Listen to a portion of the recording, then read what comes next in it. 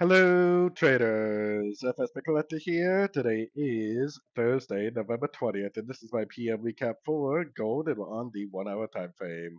So, very indecisive day in the market today, kind of up and down, especially on the dollar pairs. We had non-farm payroll news come out. Now, for me, my analysis from this morning is still very valid, I think. I mean, this is impulsive with a break of structure after a five-wave structure to the downside. So, we do have a break of structure right here. So, potentially, this is the break of structure pullback.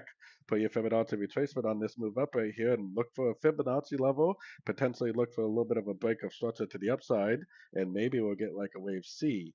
Very counter trend though, which is why I still think that we need to be cautious. It really doesn't have to make a proper ABC correction like this if it really is in a wave 3 on the daily time frame to the downside. The trend is definitely technically down on the daily, so I think this is the most likely possibility before we go down. Just keep in mind the trend is your friend, and the higher time frames could continue their downtrend really at any time. So, anyways, don't forget to check out my website, link down here in the corner. And as always, thank you for watching and happy trading.